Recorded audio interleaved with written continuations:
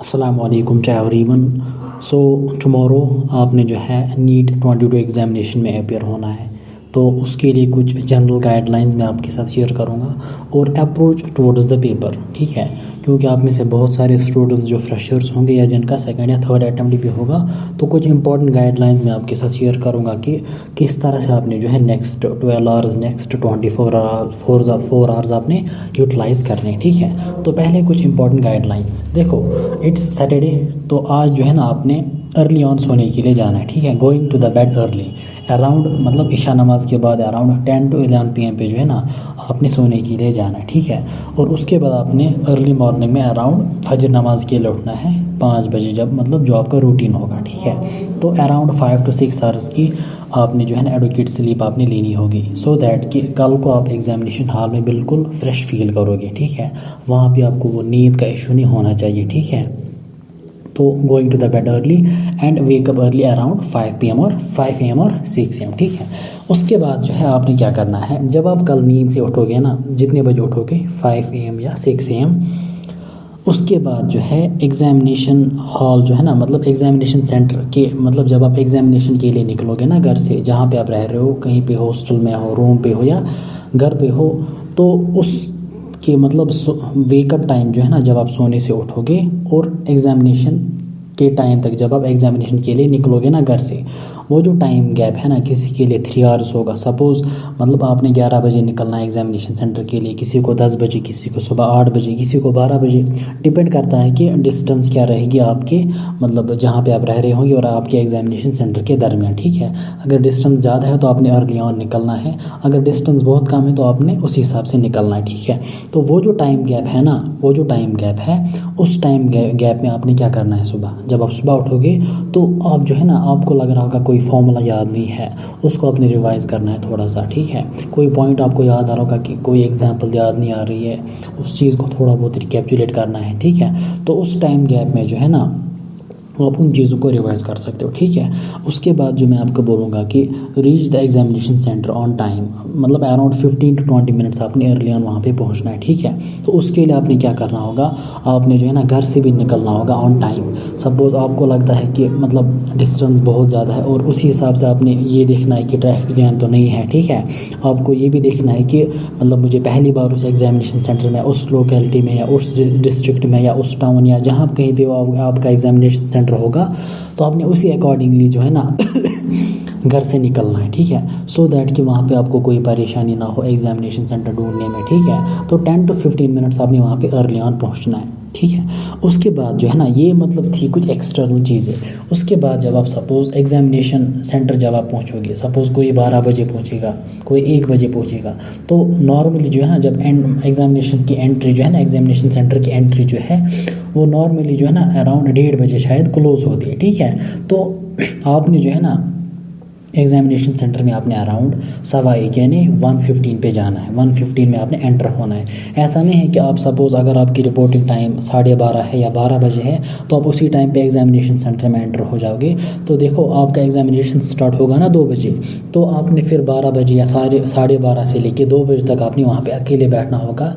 मतलब वहाँ पे आपके जो आपका रूम होगा एग्जामिनेशन सेंटर में, तो वहाँ पे आपने बिल्कुल अकेले बैठना होगा, ठीक है। तो उस टाइम पे क्या होता है, बहुत सारे नेगेटिव थॉट्स भी आते रहते हैं, ठीक है। तो उन चीज़ों को अवॉइड करने के लिए अगर आप सपोज़ 1:15 पे जो है अगर आप एग्जामिनेशन सेंटर में एंटर हो जाओगे ना, फिर 45 और 40 मिनट्स का ही गैप रहेगा आपके एग्जामिनेशन के दरमियान, तो वहाँ पे ज़्यादा बोर भी नहीं हो जाओगे या कोई ज़्यादा नेगेटिव थॉट्स भी नहीं आएंगे, ठीक है। क्योंकि जब आप एग्जामिनेशन सेंटर में एंटर होते हो ना, एग्जामिनेशन सेंटर के एग्जामिनेशन हॉल में, तो वहाँ पे जो बात करने का बिल्कुल मौका नहीं होता एक दूसरे के साथ, ठीक है। तो बेटर इसकी मतलब मेरा भी ये रूटीन रहा है कि मैं जो है एग्जामिनेशन सेंटर में हमेशा जो है ना बाय 1:20 मतलब 20 मिनट से ऊपर, ठीक है, या 1:15 पे जो है ना मैं अक्सर एग्जामिनेशन सेंटर में एंटर होता था, ठीक है। उसके बाद जो है ना जो टाइम गैप वहाँ पे होती है ना, जब आप एग्जामिनेशन सेंटर में एंटर करोगे, जो आपका रूम नंबर होगा, ठीक है, तो पहले आपने जो है ना एग्जामिनेशन सेंटर में क्या साथ लेना है, ओनली एडमिट कार्ड बस, और आपका आधार कार्ड जो आपका आईडी प्रूफ होगा। बाकी कोई भी पेन, कोई भी चीज़, वॉच भी वहीं पे होती है, ठीक है, क्लॉक भी वहीं पे होती है, कोई भी चीज़ आपने साथ में लेनी, तो पेन भी आपको वहीं से दिया जाएगा। तो एग्जामिनेशन सेंटर से बाहर जो है ना वहाँ पे नोटिस बोर्ड होगा, तो वहाँ पे जो है ना आपको वहाँ पे रोल नंबर वो मतलब रेंज दिया जाएगा, आप किस रेंज में लाइक करते हो और आपका कौन सा ब्लॉक आएगा जो आपका वो मतलब एग्जामिनेशन सेंटर होगा ना, वहाँ पे डिफरेंट ब्लॉक्स होते हैं, ब्लॉक ए, ब्लॉक बी, या कौन सी बिल्डिंग वगैरह होगी, तो वहाँ पे वो मार्क करके होता है कि आपने कौन से ब्लॉक में जाना है, ठीक है। तो जो ही आप अपने रूम में जाओगे ना आपने एग्जामिनेशन हॉल में, तो आपने वहाँ पे अपनी सीट लेनी है, ठीक है। तो उस इंटरवल से लेके एग्जामिनेशन के टाइम तक, यानी 2 बजे तक जब आप एग्जामिनेशन हॉल में एंटर हो जाओगे, सपोज कोई 1:15 कोई 1 बजे एंटर हुआ, तो उस 1 घंटे में जो है ना आपने प्रिपरेशन करनी फॉर एग्जामिनेशन। अब यहाँ पे बात आ रही है किस तरह की प्रिपरेशन। देखो सबसे पहली बात जो है ना अपनी पॉजिटिव रहना है, ठीक है, आपने बिल्कुल पॉजिटिव रहना है उस इंटरवल में, खुद से आपने बात करनी है। दैट इंटरनल कन्वर्सेशन जो है ना वो कंटिन्यूसली, देखो इस टाइप की वीडियो लंबी भी जा सकती है, लेकिन आपने बिल्कुल इसको केयरफुल होकर और ध्यान से सुनना है, ठीक है, क्योंकि कल को आपका एग्जामिनेशन है, आपको कोई भी सिली मिस्टेक वहाँ पे नहीं होनी चाहिए। दैट्स वाई कि I am providing these guidelines, ठीक है।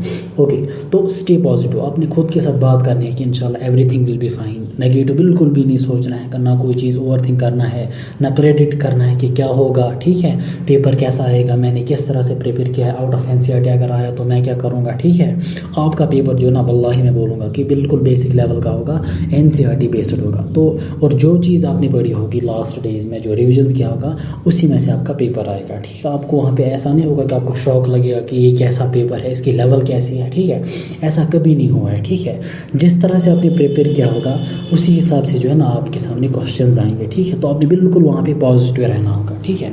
उसके बाद जो है मैं आपको बोलूँगा कि presence of mind is very important. Examination hall में जो है ना आपने खुद से कहना है कि जब आप सपोज पेपर लोगे ना, तो उस टाइम पे while attempting the paper, while attempting the questions, while filling the OMR, presence of mind is very very important. देखो प्रेजेंस ऑफ माइंड जो है ना ज़्यादा आपको अप्लाई कहाँ पे करना है, जो कोई भी क्वेश्चन आप सॉल्व करोगे, सपोज आपने क्वेश्चन नंबर 91 किया, क्वेश्चन नंबर 91 का ऑप्शन सी आ रहा है, ठीक है, आपने क्वेश्चन पेपर पे आंसर मतलब ऑप्शन सी को मार्क किया, तो वहीं पे जो है ना आपने OMR को देखना है, क्वेश्चन नंबर 91, वहाँ पे बबल नंबर सी को फिल करना होगा।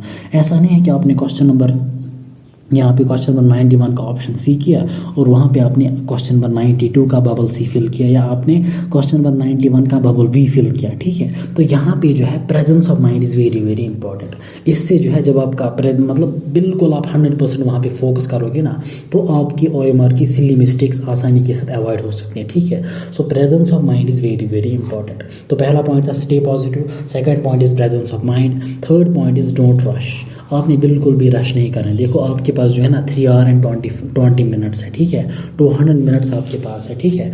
अगर क्वेश्चन कितना भी आसान क्यों ना हो, वेदर फ्रॉम बायो, केमिस्ट्री और फिजिक्स, ठीक है, बायो में मैं स्पेशली बायो और केमिस्ट्री की बात करूँगा, क्वेश्चन कितना ही आसान क्यों ना हो, उसको भी आपने उतना टाइम देना है जितना उसको चाहिए, ठीक है। सपोज अगर आपका क्वेश्चन 20 सेकेंड्स में सॉल्व होगा, आपने 20 सेकेंड्स उसको बिल्कुल देने। ऐसा नहीं है कि आप रश करोगे, आप 10 सेकेंड्स में सॉल्व करोगी।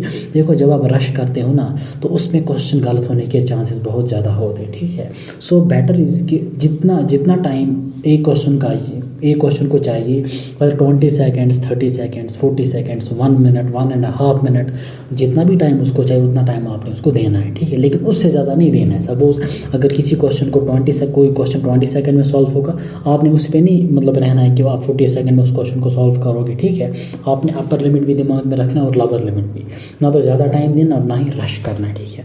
उसके अलावा टेक योर टाइम, ये मैंने आपको ये बोला कि टेक योर टाइम, जितना आपको टाइम मतलब वहाँ पे चाहिएगा उस क्वेश्चन को देने के लिए, उसको आप उतना दो, ठीक है। उसके बाद है deep focus and deep concentration while addressing the questions. देखो क्वेश्चंस में नॉर्मली क्या होता है कि कहीं पे होता है कि which are the following option is incorrect, लेकिन जब हम रश करते हैं, जब हम फोकस नहीं करते हैं ना वहाँ पे, तो कभी हमने उसको पढ़ा होता है कि which are the following is correct. Incorrect की जगह हम करेक्ट पढ़ लेते हैं और हमारा क्वेश्चन वहाँ पे गलत होता है, ठीक है। तो बिल्कुल आपने इसको ध्यान में रखना है। तो इसके लिए आपने बिल्कुल जो है ना डीप फोकस और डीप कंसंट्रेशन के साथ आपने हर एक क्वेश्चन को एड्रेस करना होगा। और आपने ये चीज़ भी दिमाग में रखना होता है कि कोई ऑप्शन की वैल्यू क्लोज होती है, सपोज न्यूमेरिकल की कोई वैल्यू क्लोज होती है, आपने वहाँ पे भी देखना है कि देखो वहाँ पे अब आपने देखना है कि इसका अप्रोप्रिएट ऑप्शन जो है वो कौन सा आएगा, मेरा आंसर क्या निकला। आपने यूनिट्स को भी मैच करना होता है वहाँ पे, किस यूनिट में मुझे आंसर निकला, ठीक है। सो बिल्कुल डीप फोकस और डीप कंसंट्रेट के साथ देखो, अगर कोई क्वेश्चन गलत होता है ना तो उसका आंसर आपको निकला सपोज कुछ, वो आंसर भी क्वेश्चन में ऑप्शन में दिया होता है, ठीक है। तो आपका अप्रोच जो है ना बिल्कुल सही होना चाहिए, बिल्कुल कैलकुलेशन भी ठीक से होनी चाहिए। With deep level of focus and deep level of concentration जो है आपने क्वेश्चंस को एड्रेस करना है और उसके बाद सॉल्व भी करना है, ठीक है। उसके बाद जो है जो मोस्ट इंपॉर्टेंट पॉइंट है that is fill the OMR sheet on spot. यानी इसका मतलब ये है कि जो कोई भी क्वेश्चन आप सॉल्व करोगे बायो से, केमिस्ट्री से, फिजिक्स से, सेक्शन ए से, सेक्शन बी से, जो क्वेश्चन करोगे वहीं पे आपने OMR फिल करना है। ऐसा नहीं है कि आप पहले क्वेश्चन बायो के सेक्शन को कंप्लीट करोगे फिर केमिस्ट्री को, उसके बाद आप एंड में जो है ना आसानी के साथ OMR फिल करोगे। देखो जब आप फिर कंटिन्यूस OMR फिल करते हो ना, वहाँ पे जो है OMR गलत होने के चांसेस बहुत ज़्यादा है, ठीक है। क्योंकि वहाँ पे आपने फिर से OMR की तरफ फिर से कंटिन्यूसली ध्यान देना होगा, question number 91 this, question number 92 this. उसमें जब कंटिन्यूसली OMR को फिल करते हो ना, उस टाइम पे OMR मतलब वहाँ पे गलत बबल आप फिल करने की चांसेस जो है ना वो बहुत ज़्यादा है, ठीक है। सो आपने OMR को ऑन स्पॉट फिल करना है। और दूसरी लिमिटेशन क्या है, सपोज जब आपने क्वेश्चन बायोलॉजी सेक्शन को कंप्लीट किया सपोज, और फिर केमिस्ट्री को, उसके बाद आप फिर से OMR मतलब उसके बाद आप OMR फिल करोगे तो आपने वहाँ पे थोड़ा एक्स्ट्रा टाइम देना होगा। वहाँ पे जब उसके बाद आपने फिर से जो है ना क्वेश्चंस को विजिट करना है, व्हाट 91 को क्या ऑप्शन था, 92 को क्या ऑप्शन था, ठीक है। तो बेटर इज़ कि जब पहले आपने कोई क्वेश्चन सॉल्व किया उसको ऑन स्पॉट OMR पे फिल करो, क्वेश्चन को जो है ना क्वेश्चन पेपर पे टिक मारो, सो दैट कि इसको फिर से आपने विजिट ना करना पड़े, ठीक है। सो ऑन स्पॉट आपने OMR को फिल करना है। Presence of mind is very important, don't rush. उसके बाद जो है that is approach towards the paper. यहाँ तक मैंने आपको कुछ इंपॉर्टेंट गाइडलाइंस प्रोवाइड की। पेपर पे आपने क्या कुछ करना है, रश नहीं करना है, पॉजिटिव रहना है, presence of mind is very important, ठीक है। और एग्जामिनेशन सेंटर आपने जो है ना अर्ली ऑन पहुँचना है, ज़्यादा अर्ली भी नहीं।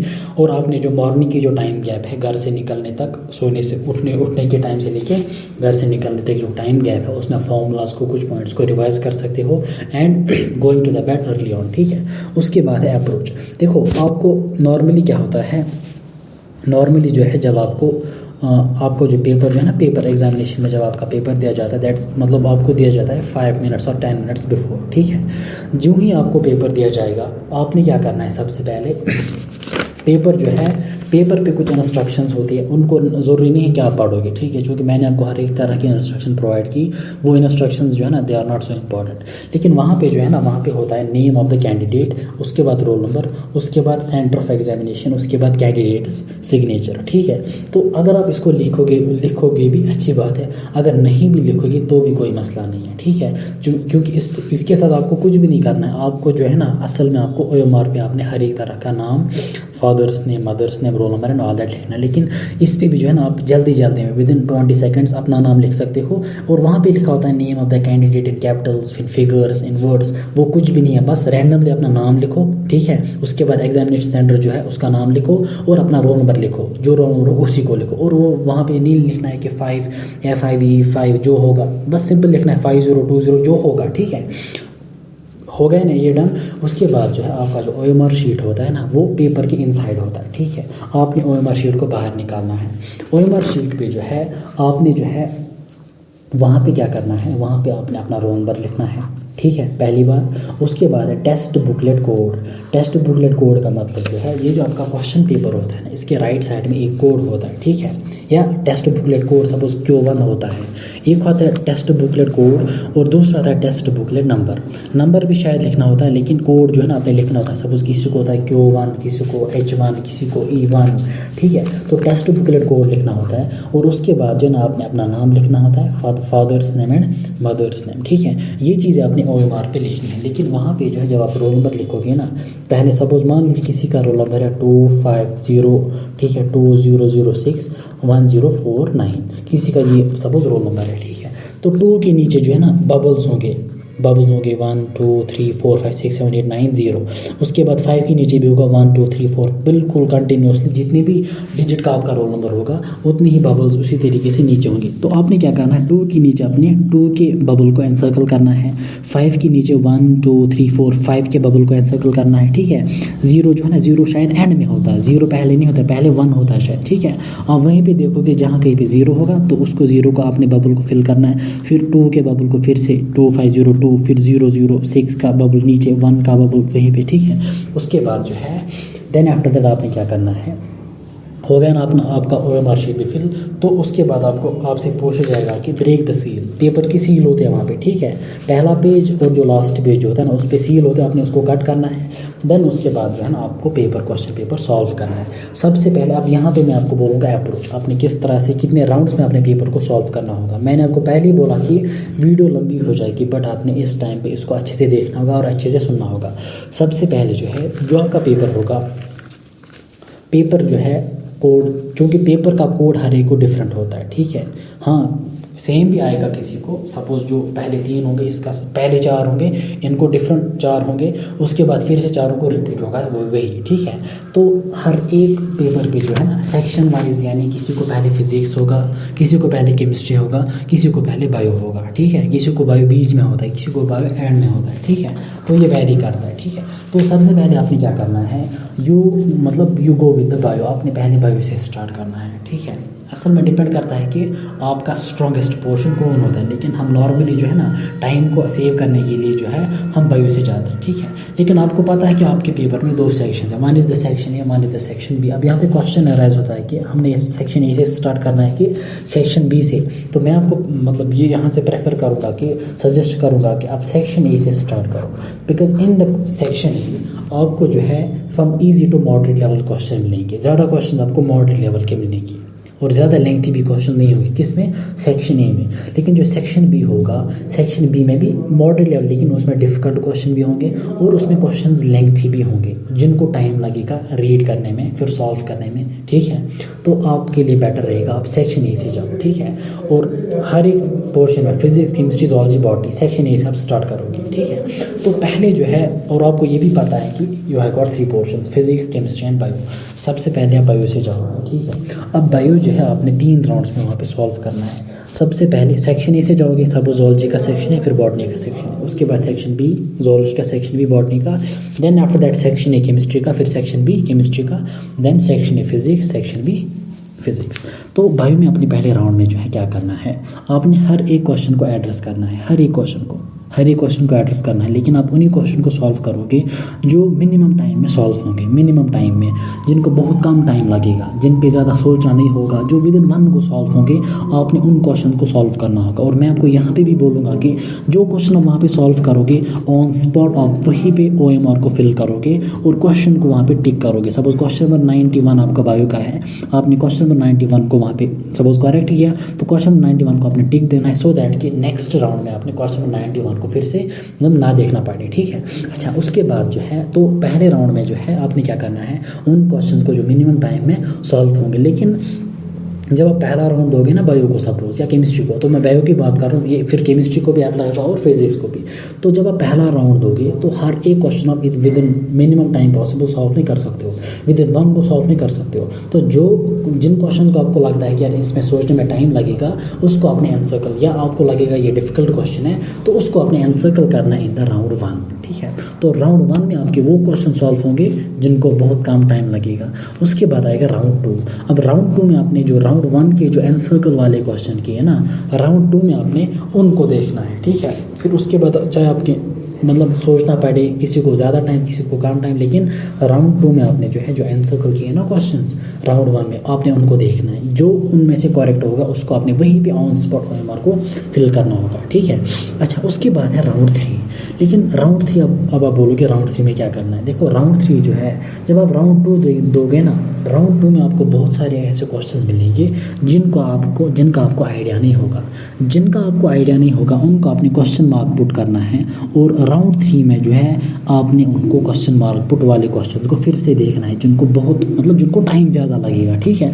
तो इन शॉर्ट में बोलूँगा यहाँ पे बायो में आपने 3 राउंड्स देने हैं। राउंड 1 जिसको कम टाइम लगेगा, ठीक है, राउंड 2 जिसको थोड़ा सा एक्स्ट्रा टाइम लगेगा एज़ कम्पेयर टू राउंड 1, और राउंड 3 जो है जिसको सबसे ज़्यादा टाइम लगेगा, ठीक है। 3 राउंड्स में आपने बायो के पेपर को कंप्लीट करना है। पहले सेक्शन ए ज़ूलॉजी का, ठीक है, फिर सेक्शन ए किसका, बॉटनी का, फिर सेक्शन बी किसका, सेक्शन बी ज़ूलॉजी का, फिर सेक्शन बी बॉटनी का।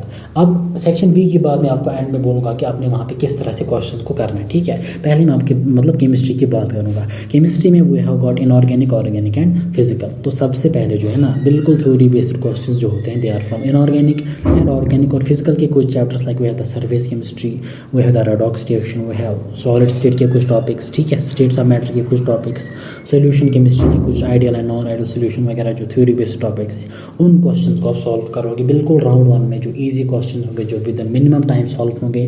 देन इन द राउंड 2 जो आपने एनसर्कल किए होंगे इन द राउंड 1, जिनको थोड़ा एक्स्ट्रा टाइम लगेगा उनको आपने सॉल्व करना है। And in the round 3 suppose round 1 and round 2 में सपोज आपने इनऑर्गेनिक और ऑर्गेनिक को कंप्लीट किया, अब राउंड 3 है। राउंड 3 में आप क्या करोगे, जो इनऑर्गेनिक और ऑर्गेनिक में जिनको ज़्यादा टाइम लगेगा सोचने में, ठीक है, जिनको आपने क्वेश्चन मार्क किया होगा इन द सेकंड राउंड, आप वो क्वेश्चन करोगे।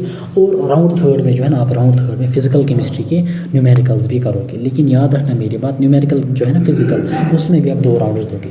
जिनकी कैलकुलेशन ईजी होगी उनको पहले राउंड में करोगे, और जिनकी कैलकुलेशन लिटिल बिट डिफिकल्ट होगी उनको अपने दूसरे राउंड में सॉल्व करना है, ठीक है। सो बिल्कुल सेक्शन ए में भी सेक्शन बी में भी, ठीक है। ये हो गया आपका बायो एंड केमिस्ट्री। उसके बाद रही बात फिजिक्स की। फिजिक्स में आप सबसे पहले सेक्शन ए को फॉलो करोगे।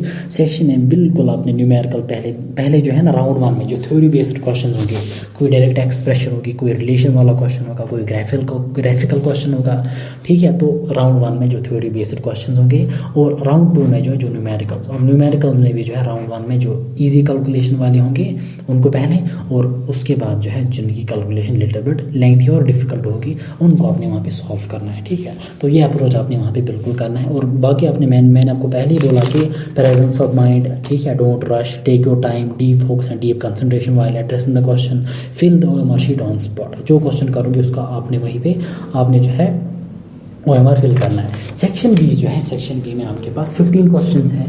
तो 15 क्वेश्चंस में जो है आपने आउट ऑफ 15 10 क्वेश्चंस करने हैं, ठीक है। लेकिन याद रखना मेरी बात, आपने जो है आउट ऑफ 15 क्वेश्चंस जो ठीक, जो बिल्कुल करेक्ट क्वेश्चंस आप करोगे ना 10, जो कोई भी हो, question number 1, question number 3, question number 5, question number 6, question number 7, question number 12, question number 15, यानी जो करेक्ट 10 क्वेश्चन आप करोगे सिर्फ वही 10 क्वेश्चन आप OMR पे सेक्शन बी में फिल करोगे in all the 4 sections, in all the 4 portions, physics में भी, केमिस्ट्री में भी, ज़ूलॉजी में भी और बॉटनी में भी, ठीक है। जो 10 क्वेश्चन आप करेक्ट करोगे, देखो अगर किसी स्टूडेंट ने पहले 12 क्वेश्चन मार्क किए, पहले 12 क्वेश्चन, तो उसके पहले 10 क्वेश्चन ही काउंट होंगे, याद रखना मेरी बात। और उन 10 क्वेश्चन में जो ठीक होंगे वही वहाँ पे करेक्ट होंगे, याद रखना इस चीज़ को। सपोज़ कोई स्टूडेंट जो है इसने 12 क्वेश्चन किए, क्वेश्चन नंबर 9 सपोज़ मान लीजिए इसको डाउट है, क्वेश्चन नंबर 9 मान लीजिए गलत था, और क्वेश्चन नंबर 8 भी क्या था, सपोज़ गलत था, लेकिन क्वेश्चन नंबर 11 और क्वेश्चन नंबर 12 बिल्कुल करेक्ट है। मैं आपको एग्जांपल दे रहा हूँ। सपोज़ किसी स्टूडेंट ने सेक्शन बी में 12 क्वेश्चंस किए, क्वेश्चन नंबर 9, क्वेश्चन नंबर 8 गलत था, उसने फिर भी फिल किया वहाँ पे, क्वेश्चन नंबर 11 और क्वेश्चन नंबर 12 क्या था, ठीक था, ठीक है। तो जब इसकी चेकिंग होगी ना, तो इसके जो है पहले 10 क्वेश्चंस वहाँ पे चेक होंगे, इवैल्यूएट होंगे, और उन 10 क्वेश्चंस में जो है क्वेश्चन नंबर जो 8 है और जो क्वेश्चन नंबर 9 है ना, वो बिल्कुल गलत होगा, और क्वेश्चन नंबर 11 और 12 की कोई वहाँ पे वैल्यू नहीं होगी, क्योंकि वही 10, अगर आपने 12 क्वेश्चन फिल किए पहले 12, तो पहले 10 क्वेश्चन वहाँ पे मार्क होंगे, ठीक है। तो आपने बिल्कुल केयरफुल होकर चलना है कि सिर्फ वही 10 क्वेश्चन आप करोगे जो आपने करेक्ट किए होंगे, ठीक है। दिस वॉज ऑल अबाउट कि आपने किस तरह से पेपर को अप्रोच करना है। और एक बात मैं आपके साथ शेयर करूँगा, देखो आपने जो है सपोज़ आपको ये नहीं पता है कि आपने केमिस्ट्री में कितने क्वेश्चन सॉल्व किए, फिजिक्स में कितने क्वेश्चन सॉल्व किए, और बायो में कितने क्वेश्चन सॉल्व किए, सेक्शन ए या सेक्शन बी में। तो आप ऐसा नहीं है कि आप पेपर को फिर से देखोगे कि कौन कौन क्वेश्चन मैंने किया, आप वहाँ पे अपना OMR लोगे। आप वहाँ पे जब आप अपना OMR लोगे तो आप OMR पे देखोगे कि किस क्वेश्चन का बबल, किस क्वेश्चन के 4 बबल में से मैंने कोई बबल फिल नहीं किया है। तो जिसका आपने बबल फिल नहीं किया होगा, इट मीन्स कि आपने उस क्वेश्चन को सॉल्व नहीं किया है, ठीक है। और दूसरी बात जो है, आप साथ साथ जब आप सपोज़ बायो का सेक्शन कंप्लीट करोगे ना, बायो के 90 क्वेश्चंस, 100 में से 90 क्वेश्चंस, तो बिफोर मतलब प्रोसीडिंग टुवर्ड्स द केमिस्ट्री, पहले जो है ना आप OMR को फिर से देखोगे। सपोज़ कभी क्या होता है कि आपने क्वेश्चन पेपर पे जो है ना, आपने किसी क्वेश्चन को किया होता है ठीक, सपोज आपने question number 85, suppose question number 85 को आपने ठीक किया, उसका ऑप्शन सी आ रहा है, लेकिन आपने OMR पे वहाँ पे फिल नहीं किया, लेकिन आपको लगता है कि आपने फिल किया है, ठीक है, आपने OMR फिल किया है सारे क्वेश्चंस, और आपको ये फील हो रहा है कि शायद आपने क्वेश्चन नंबर 85 को फिल किया, लेकिन जब रिजल्ट आता है, जब आपका OMR की स्कैनड कॉपी आती है ना, तो आपको वहाँ पे देखते हो कि मैंने तो क्वेश्चन नंबर 85 को वहाँ पे किया ही नहीं, ठीक है। तो क्रॉस चेक करना इट्स वेरी इंपॉर्टेंट, ठीक है। तो जब कोई भी सेक्शन आप कंप्लीट करो, ठीक है, केमिस्ट्री का, बायो का, फिजिक्स का, फिर OMR को मैच करना होता है कि आपने कौन कौन सा क्वेश्चन वहाँ पे किया है, जिसका बबल आपको लग रहा है ना कि यार मैंने इसको मतलब बबल को मैंने फिल नहीं किया है, आपने वहाँ पे देखना है कि इस क्वेश्चन को अगर आपने पेपर पे किया होगा तो बबल को फिल करो, अगर पेपर पे भी नहीं किया है तो वहाँ पे बबल को फिल नहीं करना है, ठीक है। और एक बात जो है दैट इज़, और एक सपोज मान लीजिए किसी स्टूडेंट को सपोज 500 चाहिए, किसी को 500, किसी को 550, किसी को 600, ठीक है, किसी को 400, डिपेंड करता है कि आपको कितना चाहिए सिलेक्शन के लिए, क्वालिफाई करने के लिए, ठीक है। तो सपोज़ मान लीजिए किसी को अगर 550 चाहिए, तो 550 देखना है, इसको देखना है कि 550 के लिए मुझे कितने क्वेश्चंस करेक्ट करने हैं, ठीक है। तो करेक्ट करने के लिए जो है ना 550 आप मुझे बोलो 550 को, या सपोज़ मैं 600 की बात करूँगा, सपोज़ किसी को 600 क्वेश्चन चाहिए सिलेक्शन के लिए, 600 मार्क्स, तो 600 के लिए इसको 150 क्वेश्चन वहाँ पे करेक्ट करने होंगे, 150 क्वेश्चंस, ठीक है। तो अगर आपके सपोज़ अपना रेंज, अगर आपने सपोज़ अपना रेंज जो है, सपोज़ किसी को 500 मार्क्स चाहिए, इसको 125 क्वेश्चन वहाँ पे करेक्ट करने, तो अगर आपको लग रहा है कि आपने 125, 130, 128 क्वेश्चंस बिल्कुल करेक्ट किए ना पहले राउंड में, उसके बाद आपको लगता है कि मुझे कोई क्वेश्चन अब नहीं आएगा, तो आपने वहाँ पे बिल्कुल स्टॉप करना है, आपने वहाँ पे नेगेटिव नहीं करना है, कोई तुक्का नहीं मारना है, बिकॉज 125 आपको लगता है कि 500 मेरे लिए सेफ स्कोर है, 600 जो है मेरे लिए सेफ स्कोर है, तो 150 क्वेश्चन मैंने करेक्ट किए, उसके बाद आपने नेगेटिव नहीं करना है। लेकिन अगर आपको लगता है कि सपोज़ आपने 120 किए, आपने सपोज़ 500 आपको चाहिए ना 500 मार्क्स, ठीक है, वीडियो लंबी हो रही है, मैंने आपको पहले ही बोला कि आधे घंटे तक वीडियो जा सकती है। सपोज़ आपको 500 चाहिए, तो उसके लिए आपको 125 क्वेश्चंस करेक्ट करें, लेकिन आपको सिर्फ 120 क्वेश्चंस आ रही है, 118 क्वेश्चंस आ रहे हैं, तो यहाँ पे आपको बिल्कुल मतलब सेफ़ नहीं हो, तो यहाँ पे आप रिस्क ले सकते हो, ठीक है। यहाँ पे आप कुछ क्वेश्चंस जो आपको लगता है कि जिनमें 50-60% प्रोबेबिलिटी है, उनको आप वहाँ पे जो है ना तुक्का भी नहीं कह सकते, लेकिन उनको आप वहाँ पे अटैम्प्ट कर सकते हो, ठीक है। यहाँ पे आपको रिस्क लेना होगा। सपोज़ आपको 150 क्वेश्चन, लेकिन आपने 145 क्वेश्चन ही किए, ठीक है, तो भी आपको 20 मार्क्स चाहिए, तो यहाँ पर आप जो है ना अराउंड 10 क्वेश्चन तक, 10 क्वेश्चन 5 to 10 क्वेश्चन को आप देखोगे फिर से, जिनमें आपको नज़र आ रहा है कि 50-60% प्रोबेबिलिटी है, उनको आपने वहाँ पे करना है, ठीक है। यहाँ पे अपने रिस्क लेना है, लेकिन जब आपको लगेगा कि मेरा रेंज जो है ना वो मैंने अचीव किया, वो मैंने कंप्लीट किया, कि मुझे जितना चाहिए था मैंने वो किया, तो उसके बाद आपने फिर से नेगेटिव बिल्कुल भी नहीं करना, ठीक है। So these were some important guidelines जिनको आपने फॉलो करना है। बाकी मेरी तरफ से आपको ये सजेशन रहेगी, एडिशनली कोई टेंशन नहीं लेनी है, ठीक है। आज आप नींद नहीं आती है नॉर्मली लास्ट डे के दिन, तो लेकिन आप सोने की कोशिश करना इवनिंग में, ठीक है। तो अच्छे से रहना, ठीक है, स्टे पॉजिटिव, अपने मेंटल हेल्थ को अपने मेरे इस टाइम पे ठीक रखना है, ठीक है। मेंटली अपने पॉजिटिव रहना, because it's all about the game of mind set, जिसका कल 3 मतलब जिसका जो है ना इन द अपकमिंग 12 और 24 आवर्स में जो है ना, जिसका माइंड सेट बिल्कुल कूल रहेगा, पॉजिटिव रहेगा, याद रखना मेरी बात, मतलब वो गेम जीत लेगा, ठीक है। एवं दो कि अगर उसने कम रिविजन्स भी किए होंगे, लेकिन वो गेम जीत लेगा। लेकिन अगर किसी ने बहुत सारे रिविजन्स भी किए होंगे और वो अननेसेसरी स्ट्रेस लेगा, तो उसने जो है ना मे बी वो गेम से बाहर जा सकता है, ठीक है। सो मेंटली जो है ना बिल्कुल कूल रहना है, पॉजिटिव रहना है, ओवर थिंक नहीं करना है, देखो जो होगा देखा जाएगा। लेकिन जो आपने जो है ना सपोज़ कल की जो टाइम गैप है, जब आप सुबह उठोगे और जब आप एग्जामिनेशन सेंटर के लिए निकलोगे, उस टाइम तक जो है ना, उस वक्त तक जो टाइम गैप है, जो 3, 4, 5 घंटे होंगे, उसको आपने कल यूटिलाइज़ करना है। फ्री बिल्कुल भी नहीं, देखो घर वालों में से कोई बोलेगा यार आपने बहुत मेहनत किया आज तक, अब इस टाइम पे क्या होगा, ठीक है, लेकिन उनकी बातों की तरफ आपने बिल्कुल ध्यान नहीं देना है, ठीक है। मैं आपको एडिशनल यहाँ पे और एक चीज़ बोलूँगा। देखो जब मेरा 4th अटैम्प्ट था, 4th अटैम्प्ट, तो उस टाइम पे बिल्कुल यही टाइमिंग थी एग्जामिनेशन की 2 बजे। तो मैंने क्या किया, 1 बजे मैंने नमाज़ पढ़ी, वहाँ पे मस्जिद करीब थी, एग्जामिनेशन सेंटर के करीब मस्जिद थी, तो मैंने ज़ोहर की नमाज़ पढ़ी 1 बजे, फ़र्ज़ ही मैंने पढ़ी जल्दी, तो 1:15 जो है ना मैं एग्जामिनेशन सेंटर मतलब पहुँच गया, ठीक है। लेकिन मस्जिद से लेके एग्जामिनेशन सेंटर तक जो जब मैं चल रहा था ना, तो 5-10 मिनट का जो है ना वहाँ पे चलना था मुझे 5-10 मिनट के लिए। तो मॉर्फोलॉजी में आपने देखा होगा वो हाइपोगाइनस, वो पेरिगाइनस, वो एपिगाइनस फ्लावर जो है ना, उनके एग्जाम्पल किस में सुपीरियर किस में इन्फीरियर, और उनके एग्जाम्पल्स उनको जो है ना वो मतलब वो मैं बोल चुका था, वो एग्जाम्पल्स वगैरह वो तीनों केसेस। तो मस्जिद से लेके एग्जामिनेशन सेंटर तक तो मैंने जो है ना मैंने एनसीईआरटी को देखा वहीं पे, और मैंने एक पेज बनाया था उस एग्जाम्पल्स का, ठीक है। तो मैंने उनको देखा जल्दी मतलब याद नहीं रहा, लेकिन मैंने डायग्राम्स को भी देखा और उन एग्जाम्पल को भी देखा। जब मैं एग्जामिनेशन के लिए बैठा तो मैं बायो का पेपर सॉल्व कर रहा था, उस वाले पोर्शन में उस वाले टॉपिक में 2 क्वेश्चंस आए थे और मैंने दोनों क्वेश्चंस को करेक्ट किया, एंड 2 क्वेश्चंस इक्वल 8 मार्क्स। ठीक है, बात समझ आ रही है। तो ये है मतलब उस टाइम इंटरवल की इम्पोर्टेंस, ठीक है। तो ज़रूरी नहीं है कि मतलब आप कोई कुछ बोलेगा कि आप इस टाइम से क्या होगा, आप इस टाइम पे पढ़ाई ठीक नहीं होती है, लेकिन याद रखना मेरी बात, टाइम को वेस्ट बिल्कुल भी नहीं करना है। कल भी अपने जो टाइम आपको कल मिलेगा, ठीक है, उसको आपने बिल्कुल फ्री नहीं रहना है। इन शॉर्ट में बोलूँगा फ्री नहीं रहना है, ठीक है।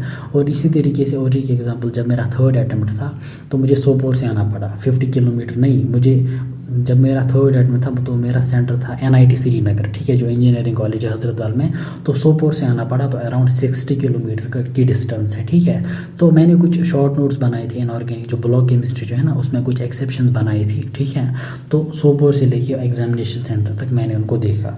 ब्लॉक केमिस्ट्री में जितने भी क्वेश्चन आए थे ना वो उन पेजेस से निकले थे। अगर मैंने उन पेजेस को नहीं देखा था ना, मतलब उस इंटरवल में ट्रैवलिंग के दौरान मैंने देखा था, तो वो क्वेश्चन वहाँ पे 3-4 क्वेश्चन थे अराउंड, वो क्वेश्चन वहाँ पे सॉल्व हो गए। तो कहने का मतलब ये है कि आपने जो है टाइम को वेस्ट नहीं करना है कल भी। मे बी जो चीज़ आप कल भी पढ़ोगे ना, मे बी उसको आप कल जो है ना, अगर उसमें से क्वेश्चन आएगा, मे बी जो है ना उसको आप within no time solve करोगे, ठीक है। उसके लिए आपको कम टाइम लगेगा। सो टाइम ये नहीं देखना कि मुझे स्ट्रेस है अब क्या होगा, खुद को स्ट्रेस में नहीं डालना है कि अब क्या होगा आप 3 घंटे से, तो जब 3 महीने मैंने नहीं पढ़ा था, 3 घंटे से क्या होगा। यार आप कोई भी एग्जाम्पल लो, किसी भी चीज़ के एग्जाम्पल उठाओ, जो कोई भी चीज़ आपको लग रहा है। और एक बात मैं बोलूँगा, जब मेरा इस साल, हाँ शायद 4th अटैम्प्ट की बात है, 4th अटैम्प्ट की बात है, हाँ, जब मेरा 4th अटैम्प्ट था, तो जब मैं एग्जामिनेशन सेंटर के लिए जाने के लिए तैयारी कर रहा था, तो फिज़िक्स में जो है ना करंट इलेक्ट्रिसिटी में एक टॉपिक है, दैट्स कलर कोडिंग। वहाँ पे वो बॉक्स दिया है, ठीक है, वो मल्टीप्लायर, ठीक है, वो उनकी टॉलरेंस। तो मैंने उनको मतलब बिल्कुल बोल गया था मैं उनको, ठीक है। तो जब मैं एग्जामिनेशन के लिए निकला तो मैंने एनसीईआरटी को खोला और मैंने उनको देखा, मतलब निकलने के टाइम पे मैंने उनको देखा, ठीक है।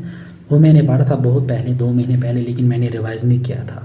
तो जब मैंने उनको देखा, जब मैं एग्जामिनेशन सेंटर में पहुंचा, जब मैंने फिज़िक्स का पेपर खोला ना, तो क्वेश्चन नंबर 8 अराउंड किसी पेपर के कोड में जो है क्वेश्चन नंबर 8 था कलर कोडिंग का। सबसे पहले मैंने उसी क्वेश्चन को अटैम्प्ट किया, कलर कोडिंग वाले क्वेश्चन को मैंने अटैम्प्ट किया, ठीक है, और वो बिल्कुल करेक्ट था। और जब मैं एग्जामिनेशन के बाद घर वापस आया तो एनसीईआरटी बिल्कुल खुली थी, बिल्कुल वही पेज जो कलर कोडिंग का बिल्कुल ओपन था, ठीक है। और उसके बाद इसके और एक क्वेश्चन जो मैंने किया था सेंटर ऑफ मास का, उसमें फार्मूला यूज़ करनी थी। एक दिन जो है, हाँ, एग्जामिनेशन की लास्ट डेज़ में मैं क्या कर रहा था, मेरे पास MTG की मैगज़ीन थी। MTG की मैगज़ीन पे जो वो फार्मूलाज दिए गए थे किसके, रोटेशनल मोशंस के, सेंटर मोमेंट ऑफ इनर्शिया के और सेंटर ऑफ मास के फार्मूलाज दिए गए थे, ठीक है।